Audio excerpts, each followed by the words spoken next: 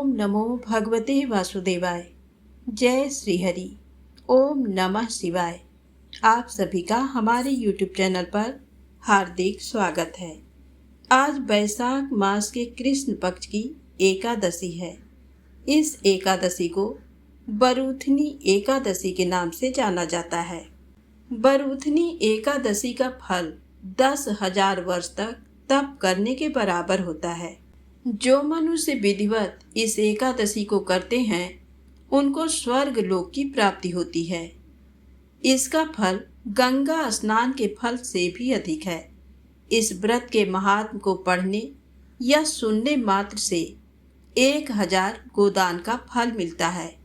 अतः हर मनुष्य को इस एकादशी के दिन श्रद्धा और भक्ति के साथ इन कथाओं को पूरा अवश्य सुनना चाहिए। तो आइए श्री हरि विष्णु भगवान के चरणों का ध्यान करते हुए इन कथाओं को शुरू करते हैं। तो प्रेम से बोलें, लक्ष्मी नारायण भगवान की जय हो।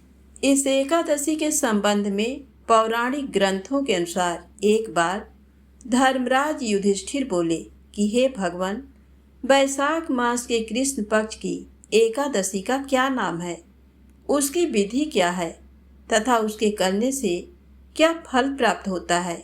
आप विस्तार पूर्वक मुझसे कहिए, मैं आपको नमस्कार करता हूँ। श्री कृष्ण कहने लगे कि हे राजेश्वर, इस एकादशी का नाम बरूथिनी है। ये सौभाग्य देने वाली, सब पापों को नष्ट करने वाली तथा अंत में मोक्ष देने वाली है। इस व्रत को यदि कोई अभागिनी स्त्री करे तो उसको सौभाग्य मिलता है। इसी बरूथिनी एकादशी के प्रभाव से राजा मांधाता स्वर्ग को गया था।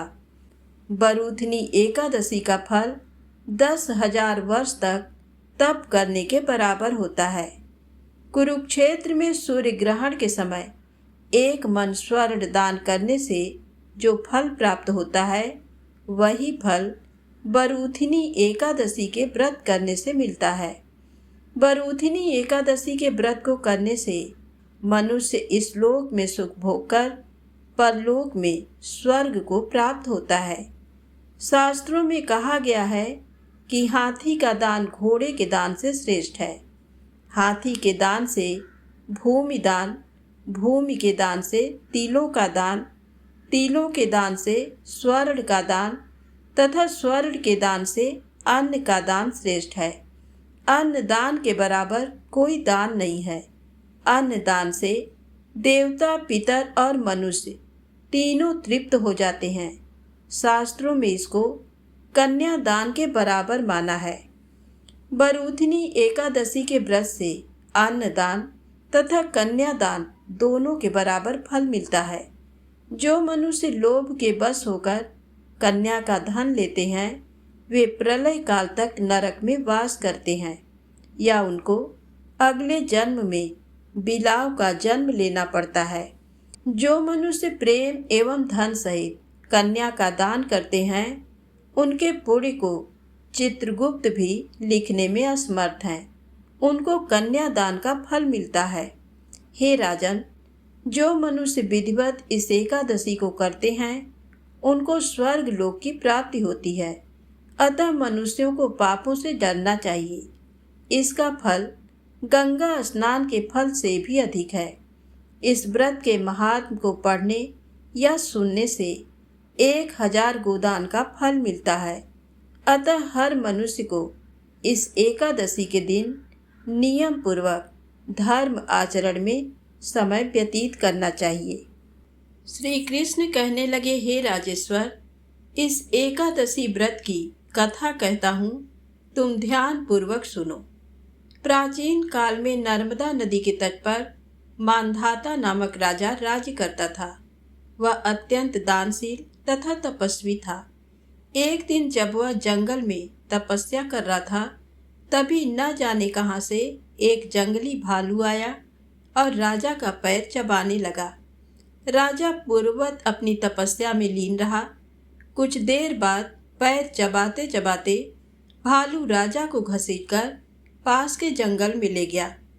राजा बहुत घबराया, मगर तापस धर्म अनुकूल उसने क्रोध और हिंसा न करके भगवान विष्णु से प्रार्थना की। करुण भाव से भगवान विष्णु को पुकारा। उसकी पुकार सुनकर भगवान श्री हरि विष्णु प्रकट हुए और उन्होंने चक्र से भालू को मार डाला। राजा का पैर भालू पहले ही खा चुका था। इससे राजा बहुत ही शोकाकुल हुआ। उसे दुखी देखकर भगवान विष्णु बोले, हे वत्स, शोक मत करो।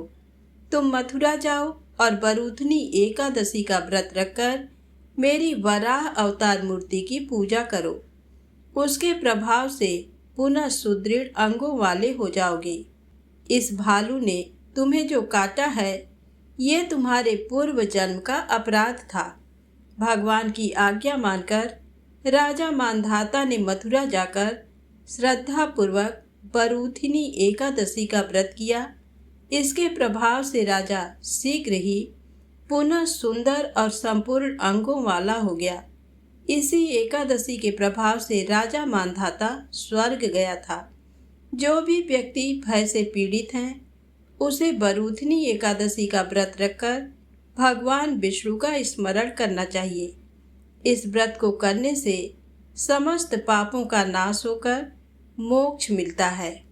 साथ ही इस एकादशी व्रत महात्म की कथा को पढ़ने या सुनने मात्र से 1000 गोदान का फल मिलता है। तो प्रेम से बोले, लक्ष्मी नारायण भगवान की जय हो। अब आइए सुने भगवान और भक्त की एक सच्ची कहानी। इस कहानी को पूरा अवश्य सुनिएगा। द्वारकापुरी के समीप ही डाकौर नाम का एक गांव है।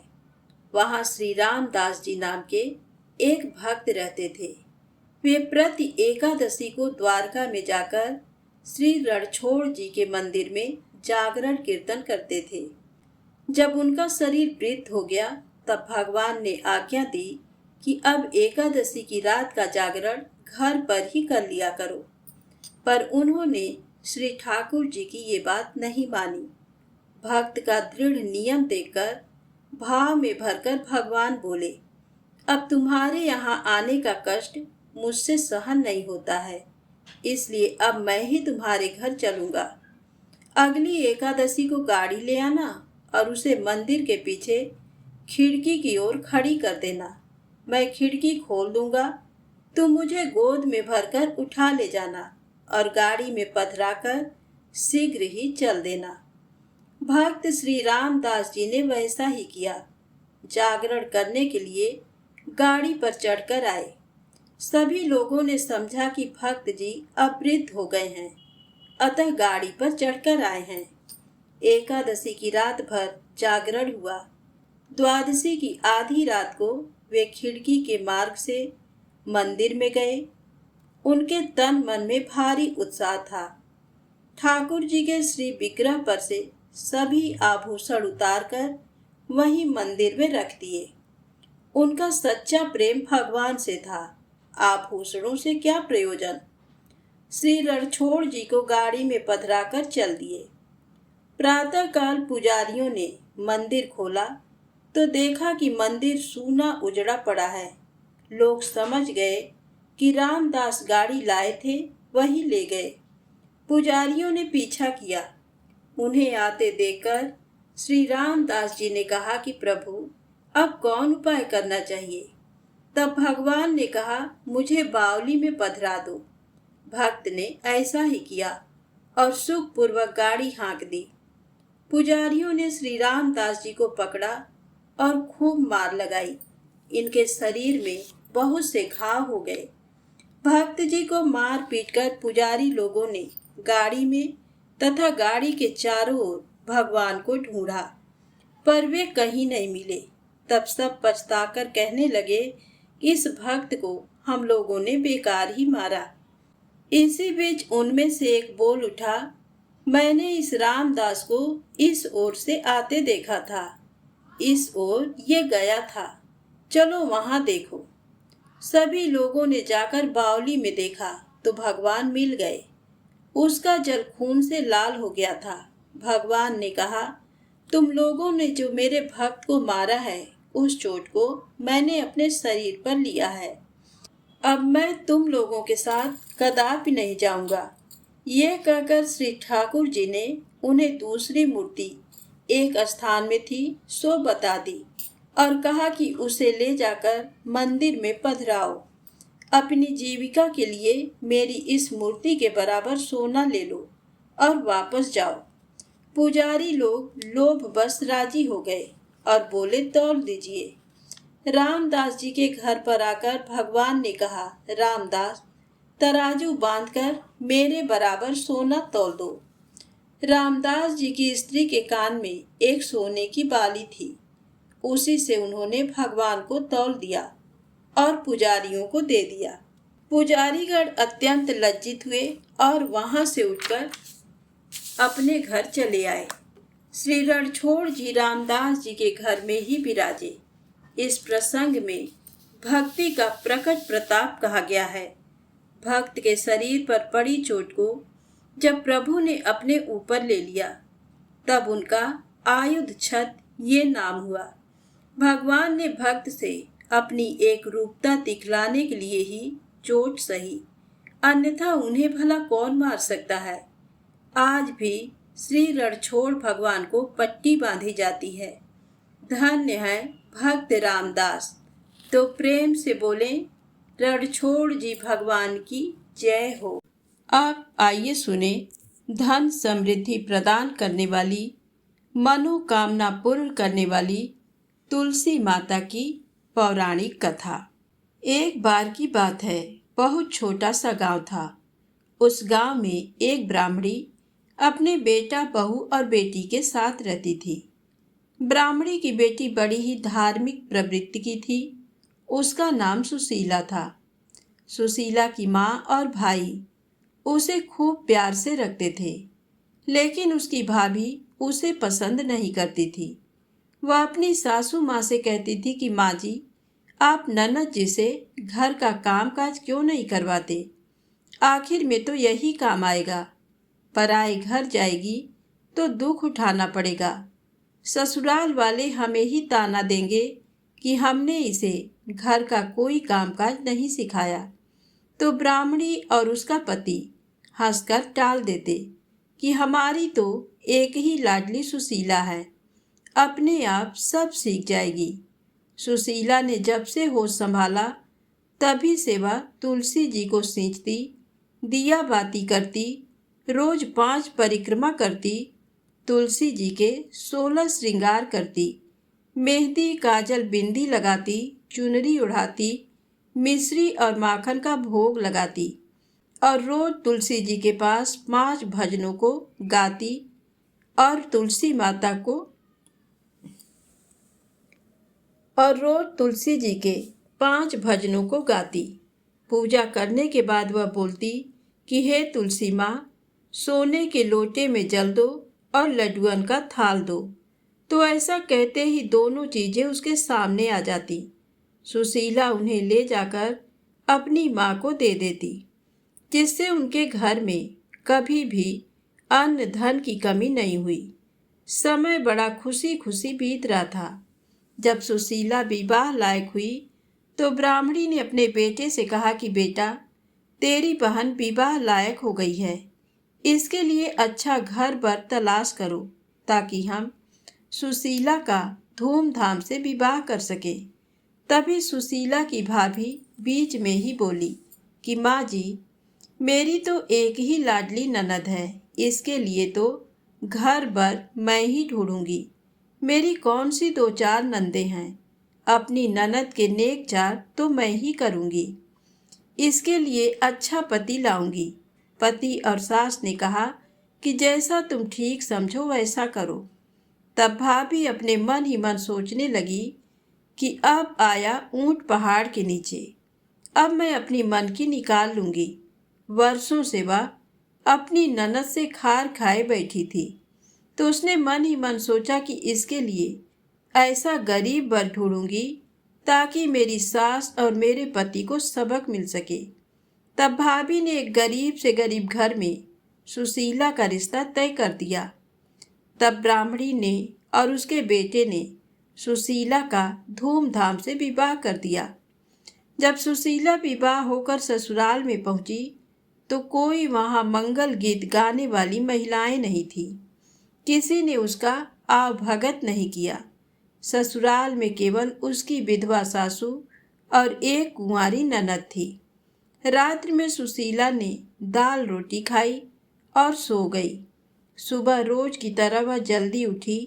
स्नान आदि करके सुशीला अपनी सासू माँ के पास आई और पूछने लगी कि माँ जी, मेरा तो नित्य का नियम है कि मैं तुलसी जी की पूजा करती हूँ, तभी मैं अन्न जल ग्रहण करती हूँ। माँ जी, हमारे घर में तुलसी जी का पौधा कहाँ है? तो सास बोली कि बहू, हमारे घर में तो तुलसी का पौधा ही नहीं है। ऐसा करो, तुम अपनी ननद को साथ लेकर पड़ोस में चली जाओ।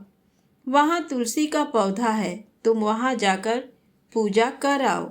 तब सुशीला अपनी छोटी ननद को साथ लेकर पड़ोस में तुलसी जी की पूजा करने चली गई। सुशीला ने वहाँ तुलसी जी की पूजा करी।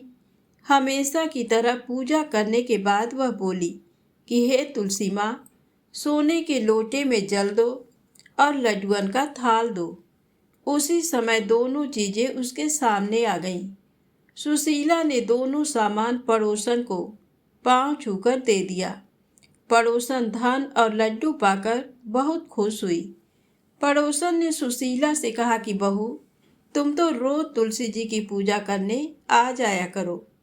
पड़ोसन को धन का लालच आ गया। जैसे ही सुशीला अपनी ननद के साथ घर आई तो ननद ने अपनी माँ को सारी बात बता दी। सास ये सुनते ही लाल पीली हो गई कि सोने का लोटा और लड्डुअन का थाल पड़ोसन को दे दिया। अब देखती हूँ कल कैसे पड़ोस में पूजा करने जाती है। दूसरे दिन सुबह जब सुशीला पूजा की थाली लेकर पड़ोस में तुलसी पूजा करने जाने लगी तो सास ने मना कर दिया। सास बोली कि बहू, कोई जरूरत नहीं रोज रोज दूसरों के घर पूजा करने जाने की। बहू, तेरे मायके के रीति रिवाज यहाँ नहीं चलेंगे। चलो चुपचाप से घर के काम काज में लग जाओ। सुशीला अपनी सास से कुछ नहीं बोली। उसने घर के चूल्हे चौके का सारा काम किया, भोजन बनाया, सबको भोजन खिलाया, लेकिन उसने स्वयं अन्न जल ग्रहण नहीं किया क्योंकि उसका नित्य का नियम था। वह तुलसी जी की पूजा करने के बाद ही अन्न जल ग्रहण करती थी। इस तरह 4-5 दिन निकल गए। तब एक रात्रि को स्वप्न में तुलसी माता ने सुशीला को दर्शन देकर कहा कि हे बेटी, उठो, क्यों भूखी प्यासी हो? बेटी, तुम आजकल मेरी पूजा भी नहीं करती हो, ना ही तुम मुझे जल से सींचती हो, ना घी का दीपक जलाती हो और ना ही तुम मीठे मीठे मुझे भजन सुनाती हो। तो स्वप्न में ही सुशीला बोली कि हे तुलसी माँ, मेरे ससुराल में तुलसी का पौधा ही नहीं है। पड़ोस में मुझे सासू माँ जाने नहीं देती। तब तुलसी माँ बोली कि बेटी, मैंने तेरे घर के आंगन में अपना वास बना लिया है, तुम अब रोज मेरी पूजा किया करो। ऐसा कहकर तुलसी माँ अंतर ध्यान हो गई। सुबह जब सुशीला सोकर उठी तो उसे रात के स्वप्न वाली बात याद आई। सुशीला भागी भागी आंगन में देखने गई तो वहां तुलसी का पौधा दूर तक फैला हुआ था, जिसकी हर लड़ी में सोने हीरे मोती जड़े थे। सुशीला देखकर बहुत खुश हुई। उसने पहले स्नान किया, पूजा की थाली जमाई और फिर उसने तुलसी माँ को जड़ से सींचा, घी का दीपक जलाया, रोली मोली चावल रक्षा बांधा, मेहंदी काजल बिंदी लगाई, चुंदड़ी उड़ाई और बोली कि हे माँ तुलसी, सोने के लोटे में जल दो, लड्डुअन का थाल दो। ऐसा कहते ही दोनों चीजें उसके सामने आ गई। सुशीला ने दोनों सामान जाकर अपनी सास को पांव छूकर दे दिया। सास और ननद आश्चर्य में पड़ गई कि ये सब कहाँ से आया। सुशीला ने उन्हें पूरी बात बताई। सासू ननद भागी भागी घर के आंगन में देखने आई तो तुलसी का पौधा धन से लड़ जड़ हो रहा था। सास और ननद ने सुशीला के पांव पकड़ लिए। सुशीला ने कहा कि माँ जी, ननद जी, आप मेरे पांव मत पड़िए, उल्टी गंगा नहीं बहती, मैं आपके पांव लगूं। आप तुलसी माँ के पांव पड़िए। अब सास और ननद भी अपनी बहू के साथ तुलसी जी की पूजा करने लगी। कुछ ही समय में वे बहुत अमीर हो गए और कुछ ही महीनों में उनके घर में धन दौलत, नौकर चाकर, महल नुमा मकान हो गया। हाथी घोड़ा ऊंट बंगला मोटर गाड़ी जेवर सब हो गए। वे अमीर लोगों की श्रेणी में गिने जाने लगे। जब पहली राखी आई तो भाभी का मन हुआ कि इस राखी पर ननद के ससुराल जाकर देखना चाहिए कि उसके क्या हाल हैं। जरूर ससुराल में फटे पुराने पहन रही होगी, सूखे टिक्कड़ खाती होगी। तब भाभी अपने पति के साथ सुशीला के घर राखी बंधवाने पहुंचे तो सुशीला के ठाट बाट देखकर भाई को बहुत खुशी हुई, लेकिन भाभी की आंखें चकराने लगीं। उसे तो चक्कर आने लगे। सुशीला अपने भाई भाभी से मिलकर बहुत खुश हुई। हे तुलसी माता, जैसे आपने सुशीला की पग पग पर मदद करी, वैसी सबकी करना। कहानी कहने वाले की, सुनने वाले की और हुंकारा भरने वाली की। तो प्रेम से बोले तुलसी माता की जय हो। अब आइए मनोकामनाएं पूर्ति करने वाली एकादशी माता की कथा को सुनते हैं। एकादशी माता की कथा को सुने बिना व्रत पूर्ण नहीं माना जाता है। तो प्रेम से बोले एकादशी माता की जय हो। एक बूढ़ी माँ ने एक बार एकादशी का व्रत रखा। बड़े ही भाव भक्ति से पूजा अर्चना की। उन्हें वृद्धावस्था में क्या बाधा थी। वे तो अपने पुत्र पौत्रों की सुख सुविधा के लिए व्रत रखने लगी।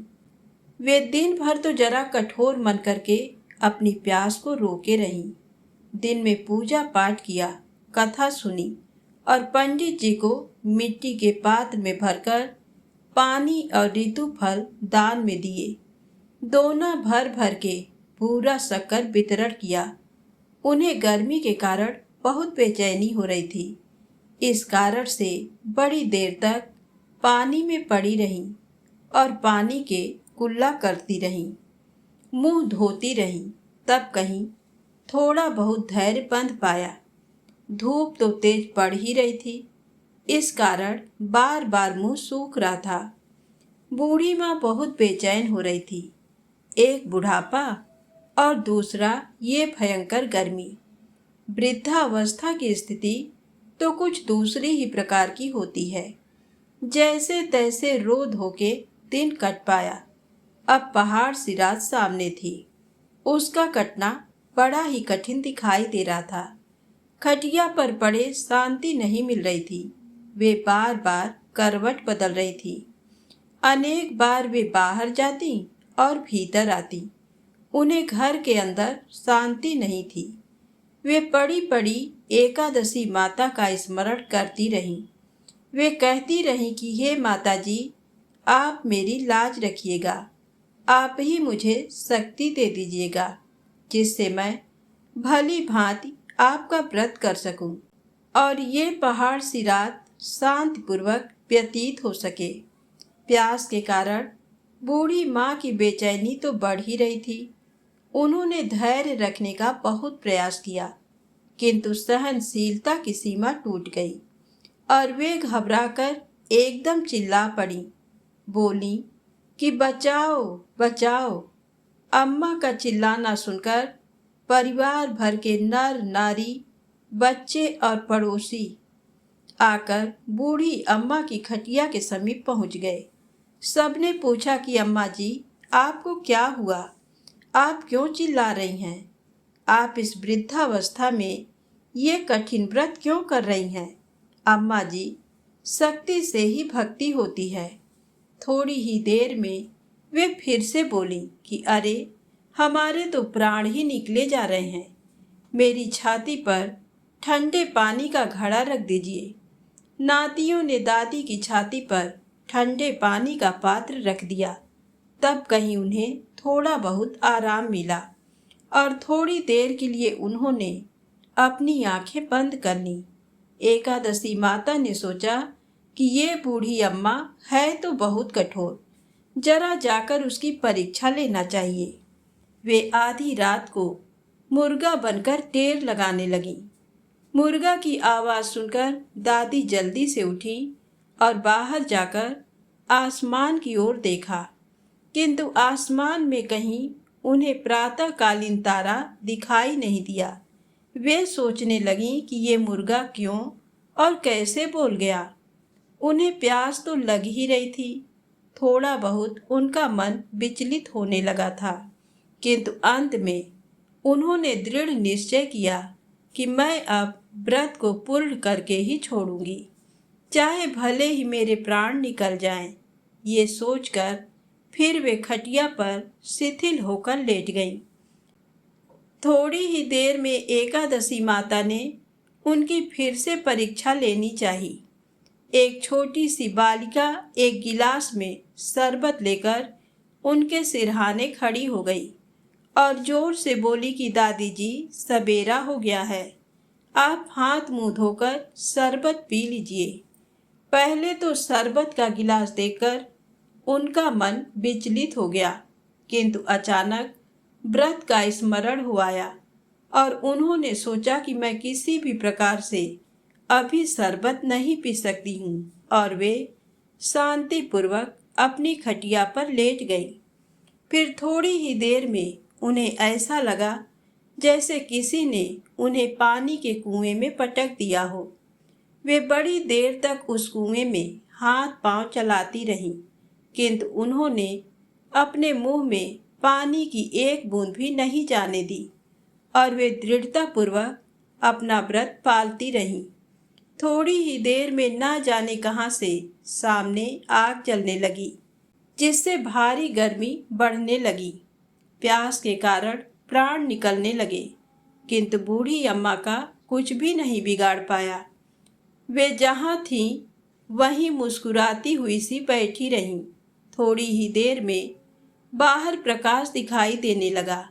ऐसा लगा कि जैसे सवेरा हो गया हो। बूढ़ी अम्मा ने जब बाहर निकलकर देखा तो समझ गई कि अभी सवेरा होने में 3-4 घंटे की देरी है। ये जानकर वे शांतिपूर्वक इधर उधर घूमने फिरने लगी।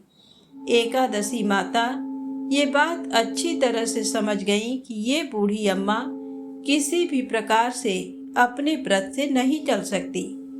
वे उनके सत्य व्रत को अच्छी तरह से समझ गईं। सवेरा होते ही बूढ़ी माता ने स्नान किया, भगवान का पूजन पाठ किया, एकादशी माता की कथा सुनी, ब्राह्मणों को दक्षिणा देकर भोजन कराया। तब कहीं उन्होंने जल ग्रहण किया। कन्याओं को भोजन कराने के बाद अम्मा ने स्वयं भोजन किया।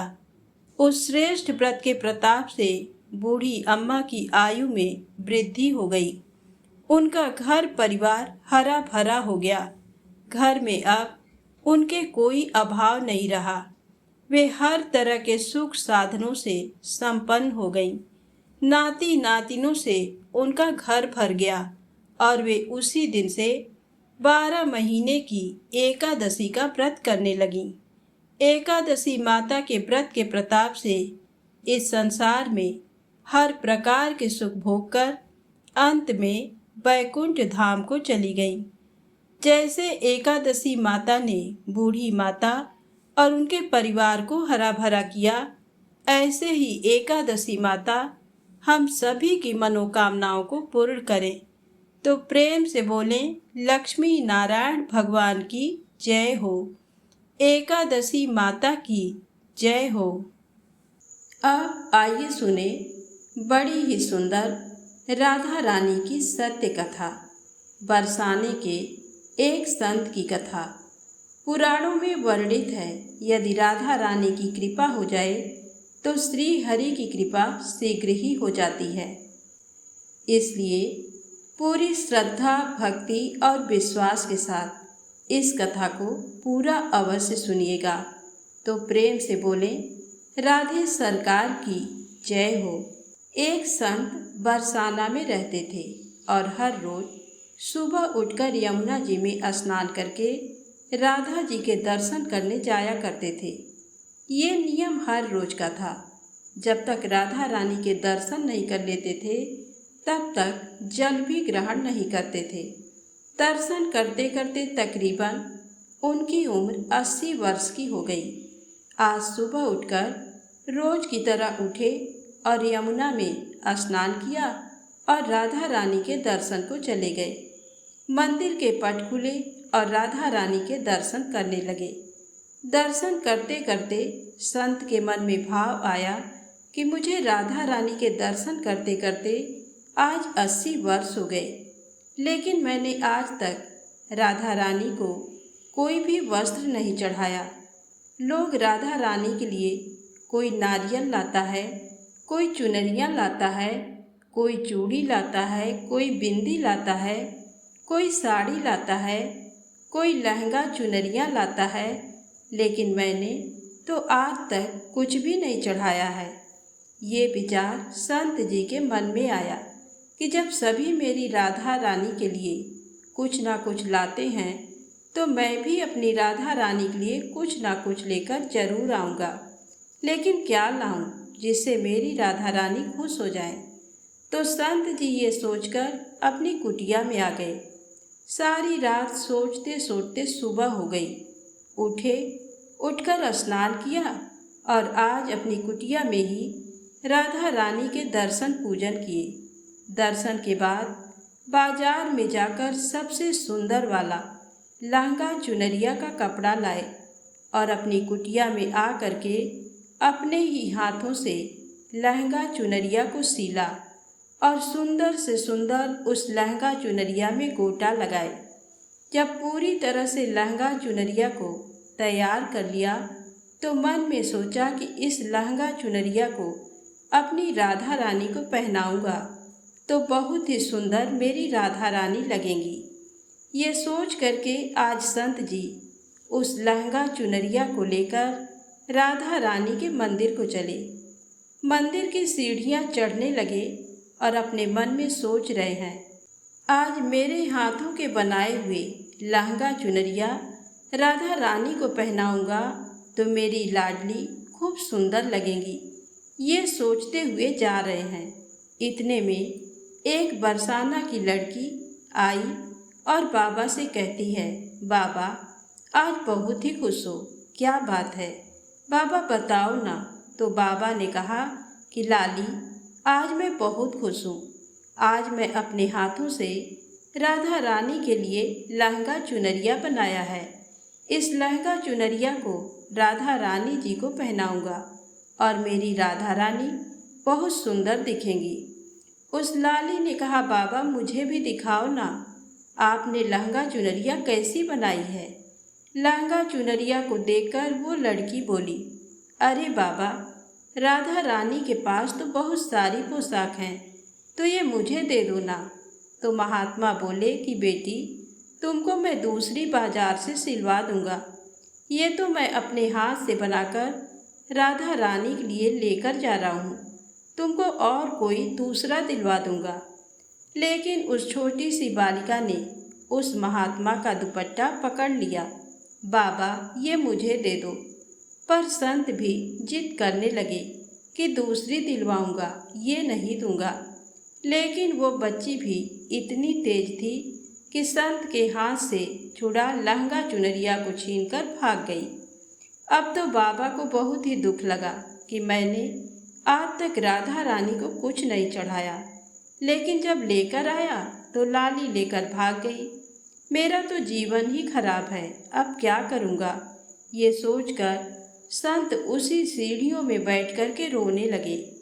इतने में कुछ संत वहाँ आए और पूछा, क्या बात है बाबा, आप क्यों रो रहे हैं। तो बाबा ने उन संतों को पूरी बात बताई।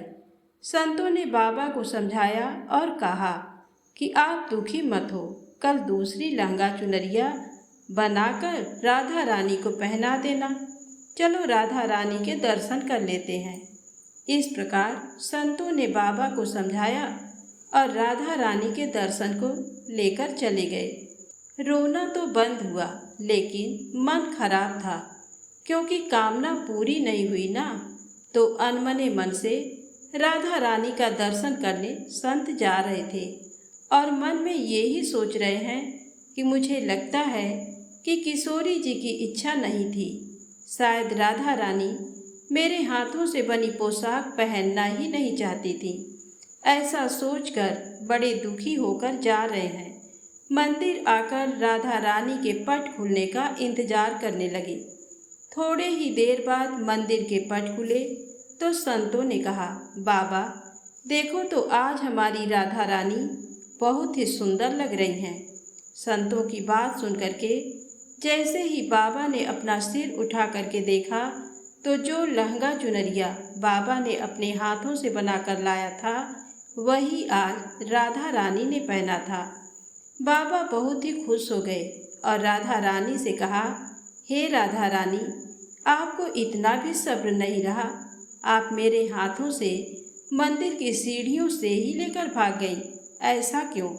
सर्वेश्वरी श्री राधा रानी ने कहा कि बाबा, आपके भाव को देखकर मुझसे रहा नहीं गया, और ये केवल पोशाक नहीं है, इसमें आपका प्रेम है।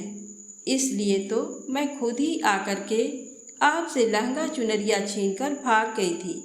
इतना सुनकर के बाबा भाव विभोर हो गए और बाबा ने उसी समय किशोरी जी का धन्यवाद किया। तो प्रेम से बोले, राधे सरकार की जय हो, श्री हरि विष्णु भगवान की जय हो। यदि आपको ये कथाएं अच्छी लगें तो कृपया लाइक अवश्य करें, चैनल को सब्सक्राइब करें, ज़्यादा से ज़्यादा शेयर करें। जय माता दी, जय भोलेनाथ।